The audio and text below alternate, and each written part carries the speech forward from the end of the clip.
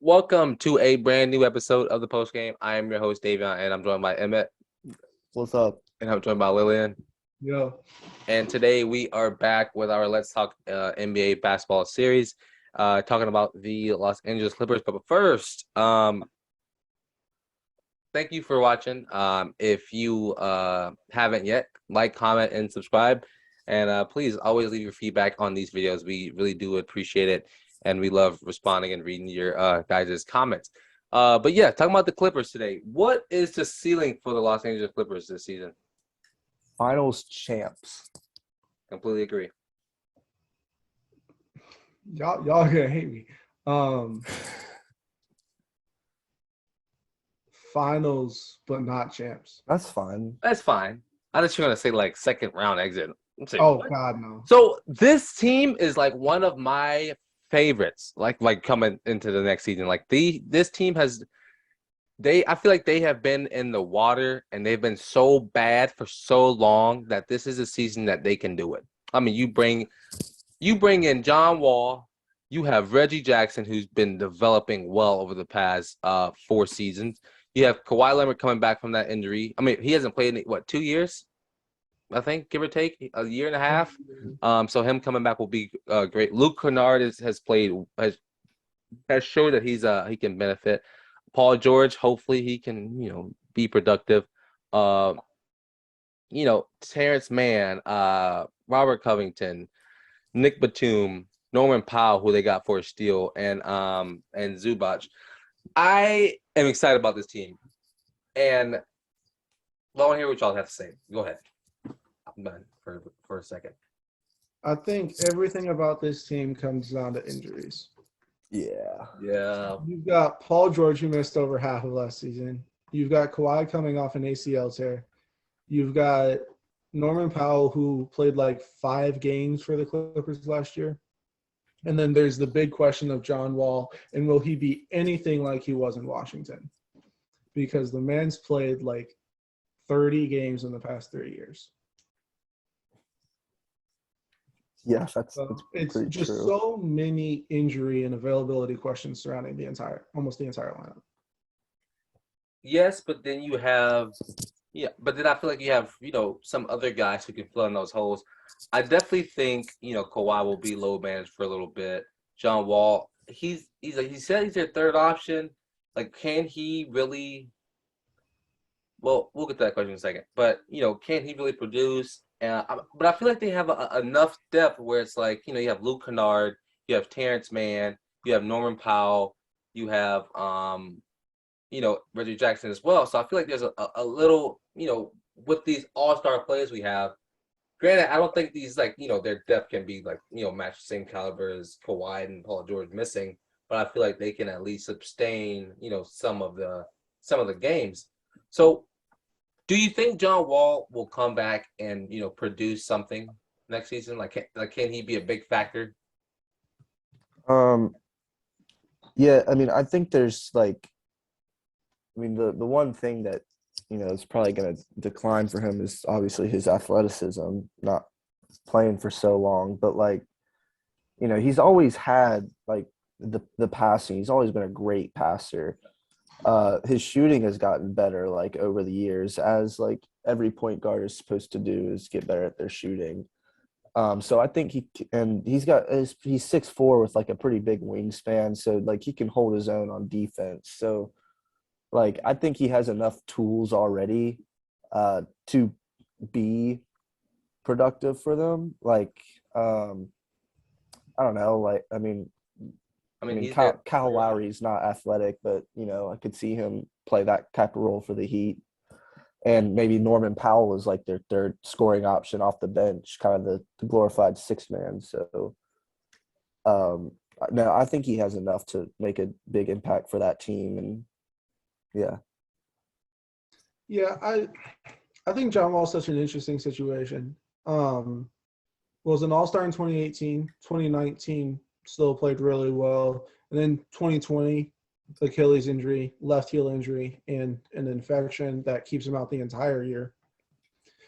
Then gets traded to Houston in the Westbrook trade, plays 40 games, averages 20 and 7, but only shoots 40%, and then sits out all of last season on his own. So he's 32 coming into this season. And I do think it's interesting because the same thing that Westbrook gets all of his hate for, which is, yeah, you got the numbers, but the efficiency is in the gutter, was the same thing we saw from John Wall. He got the numbers, but he was shooting 40% from the field. And if you're shooting 40%, that means you're missing so many shots, you're hurting your team. And then not playing an entire season affects a player.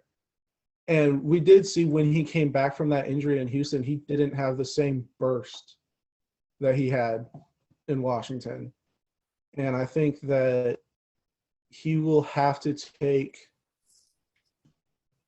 more of a Westbrook role, which whether or not Westbrook plays his role well, that's his role. I think that that's what John Wall needs to do, is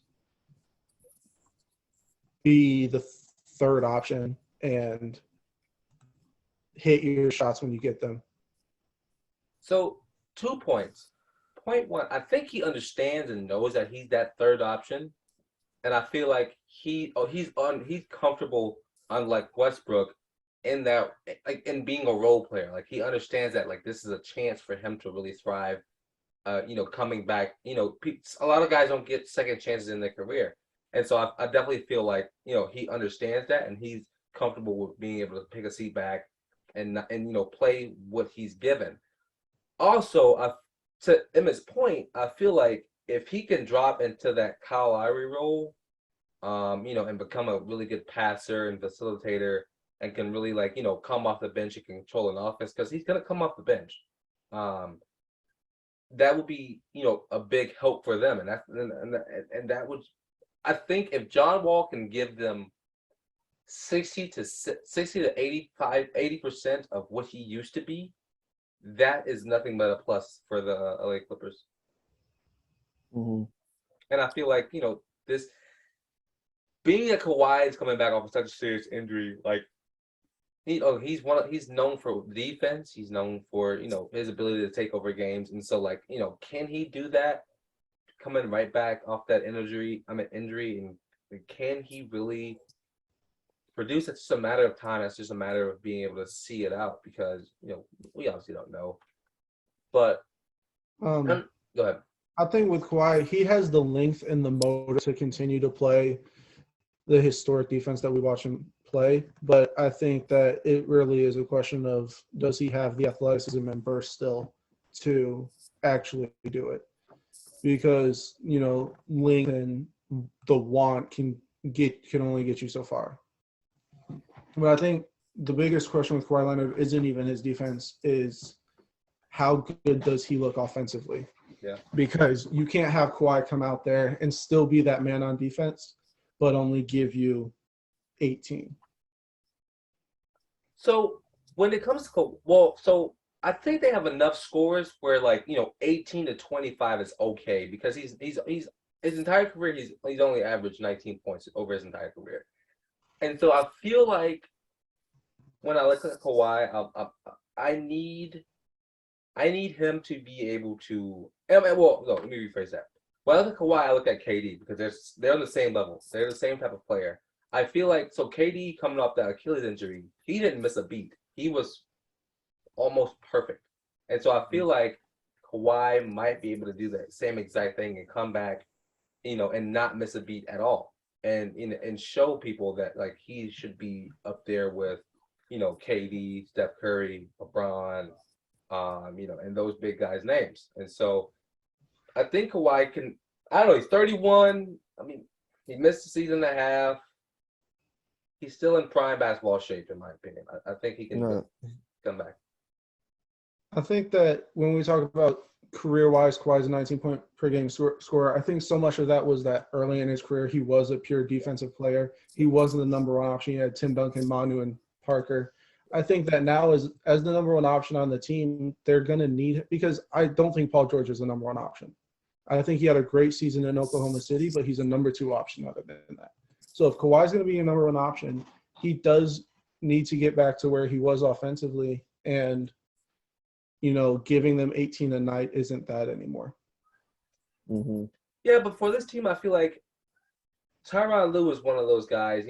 He's had LeBron. He's won a ring with LeBron, and I want to say like he like preaches team basketball, but like you have the second best player of all time on your team, and so I just feel like that first option, that second option thing, like I feel like those are interchangeable because like you just don't know. And like NBA players, like you never know what day who's gonna be on whose day is gonna be, because you saw with Ty Lue, I mean you saw him with Kyrie Irving and LeBron. It's like LeBron was number one, but you never. I mean every game Kyrie could heat up for 25 to 30. And so I think like with these guys, it's like that can happen as well. And so, go ahead. I think the huge thing with like Kyrie and LeBron is like, yeah, Kyrie would heat up for that 25 to 30, and LeBron would still get you 25. For sure. So it's like if Paul George were to heat up for that 25 to 30, which Paul George can do, and he does it a lot, Kawhi still needs to get that 25, because as good as John Wall could be, that's still a huge question mark. And as good of a scorer as Norman Powell is, those are your scorers, those four. I think Reggie Jackson's a really good point guard, but I don't think that he's at the point yet where he can be in your top four scorers on this team. Last year, yes. This year, no. Yeah. I mean, the point is for them, like, I mean, they've had a similar roster for the last 3-4 years now, and I think if like it goes wrong this year again, then like I mean they've got unlike some of these teams like the Jazz and like the Lakers who have like a little bit of young talent, like these guys like they got Zubac and Kennard and everyone else is who? I was just gonna bring them up, yeah. Yeah. Everyone else is like, either right at their prime or excuse me, at the later part of their prime or past their prime. So they got to consider, like, if it really goes, I mean, say they're a 3 seed, 4 seed, they make it to I think if they are completely healthy and don't make it to the conference finals, then there's something up. Like they might have to think about moving in a different direction. Like I think this is the year where they got to figure things out. See, I think you give them a season or two because, Kawhi was hurt. You're testing out John Wall. I think you're really trying to feel your footing. And so I think you give them a season or two to really see. Now, next season, if they, stink it up, in the conference finals, then yes, maybe blow it up or figure something else out. But I feel like this team is definitely a team that has a couple of years. And like I was gonna say this. This is a really big team. I mean, Robert Covington, Nick Batum, Zubac. Like these are some of your big dudes that are coming.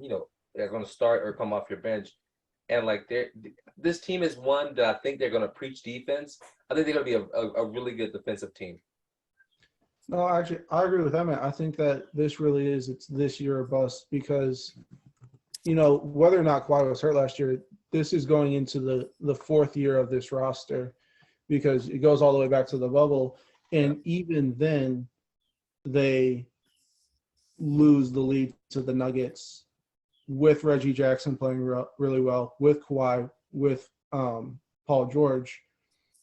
And so if they can't get back to the Western Conference Finals, if they can get to the Western Conference Finals, then you've gotten yourself, okay, we've shown ourselves we can actually do this. Yeah. If they don't get there, healthy or unhealthy, then I think it's time to move on because if it comes to the point where they weren't healthy again, then you're looking at the same thing you have with the Lakers where these guys just aren't healthy. I mean, I do agree. Like if injuries start to pop up again for some of these same guys, like Kawhi or John Wall or whatever the case may be, then I think you do have to blow it up. But I think it just takes time, and I think the NBA is such. And I think these days because teams are. I mean, and I know y'all said that they've had 4 years, but granted they've been through a lot of up and downs in these past 4 years. But I also feel like teams and owners are so fast to blow things up, and they're so impatient when it comes to winning a ring. But look at, I mean, I hate to do this, but look at Golden State. They were down for 2 seasons. I mean, they were injured, and the injured bug was in there for 2 seasons, and they came back and won it. And so I think, listen, you give this season is a test to see if this thing actually works. You get to the Western Conference Finals, this thing actually works, and we can do it. And then you go get the missing piece next season. I mean, next summer, and then you go win it the season after. The season after, at the end of next season, if they haven't done it, then blow it up. But I think this season it should be a season to let them test it out. I mean, I think that's the issue is that like nobody like we haven't seen really something like the Clippers before, and you can't really use the Warriors as an example because the Warriors already had 2 championships, 3. Well, yeah. 3 championships, and so you knew that core was good. You knew that core would work. You know nothing about if the Clippers core works. Exactly. So why would you blow it up after this season? Because after this season, now John Wall's 33 after this season. Cut him. He's on a 1-year deal or 2-year deal.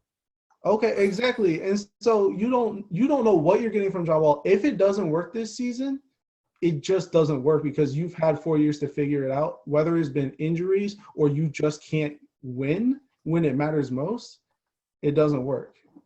If it does not work this season, then it just doesn't work. No, I just completely this should be a test season of a test of like does everything work? This next season should be the last season of where we need to make trades or move people because it doesn't work. Or if you get to the deadline and something's not working, get them gone. But I definitely feel like I think it's too fast and too soon. I know they have been a team for 4 years now. Well, not even 4 years because they had the bubble and then Kawhi went down. So I think they had the bubble then another season than Kawhi. Huh? They had the bubble then the next season, then Kawhi this past year. And then they get this 4th year. But here's my question. If the Lakers don't work out this year, they miss the playoffs again, do you give up on that? Yes or no? Well, I think the Lakers are 2 different teams. I think the Lakers have a problem of their own, and his name is Russell Westbrook. Until you get from under him, it's irrelevant. But I also feel like the Lakers, they can't see. Here's the difference between the Lakers and the Clippers. The Clippers have enough equity, whether that's drafts or human bodies, to move, and they can make trades with some of the guys they have. The Lakers don't have anything. They have 2 first-round picks for 5 years from now. They're just not enough. And so when you have these players on big contracts like Russell Westbrook, there's nothing you can move. And so I feel like if I'm a GM right now, I would rather have the Clippers roster. Yeah, I